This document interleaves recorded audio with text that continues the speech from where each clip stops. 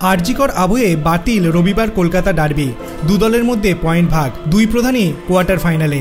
বাতিল হয়ে গেলেও রবিবারের ডুরান্ড কাপের ডার্বি। ইস্টবেঙ্গল মোহনবাগান ম্যাচ হচ্ছে না। ম্যাচ না হওয়ার দু দলের মধ্যে পয়েন্ট ভাগাভাগি হচ্ছে। ইস্টবেঙ্গল এবং মোহনবাগান দুদলই পাচ্ছে 1 পয়েন্ট করে। প্রতিযোগিতায় গ্রুপগুলি পয়েন্ট তালিকায় যে অবস্থা, তাতে দুদলই চলে যাচ্ছে কোয়ার্টার ফাইনালে।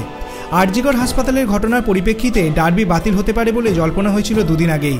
শনিবার ডুরান্ড কাপের আয়োজকদের সঙ্গে বিধাননগর কমিশনারেট পুলিশ কর্তাদের বৈঠকে ডার্বি বাতিল করার সিদ্ধান্ত নেওয়া হয়।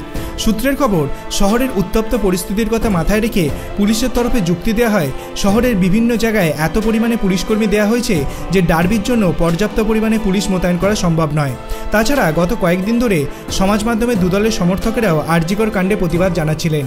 ফুটবল সমর্থকদের একাংশ আরজিকরের ঘটনার পরিপ্রেক্ষিতে উই ওয়ান্ট জাস্টিস টিফোর পরিকল্পনা করছিলেন। কয়েকটি সমর্থক দলের তরফে ঘোষণা করা হয়, ম্যাচের দিন ব্যানার টিফোরের মাধ্যমে ঘটনার প্রতিবাদ করা হবে। এই ধরনের টিফো পরিস্থিতি জটিল করতে পারে বলে আশঙ্কা পুলিশ প্রশাসনের। সব মিলিয়ে রবিবার ডুরান্ডের ডার্বি নিয়ে আপত্তি জানানো হয় পুলিশ প্রশাসনের তরফে।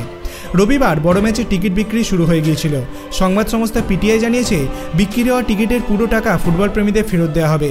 একই সঙ্গে বর্তমান পরিস্থিতিতে কলকাতায় প্রতিযোগিতার আর কোনো ম্যাচ হবে না বলে সিদ্ধান্ত নেওয়া হয়েছে। বাকি সব ম্যাচ সরিয়ে নেওয়া হতে পারে জামশেদপুরে। আপনার কি মনে হয়, এই রকম পরিস্থিতিতে কলকাতায় কি কোনো ডার্বি ম্যাচ হওয়া উচিত নয়? আপনার অভিমত আপনি কমেন্ট সেকশনে জানাতে পারেন। ভিডিওটি ভালো লাগলে লাইক করবেন, চ্যানেলটিকে সাবস্ক্রাইব করতে ভুলবেন না। ধন্যবাদ।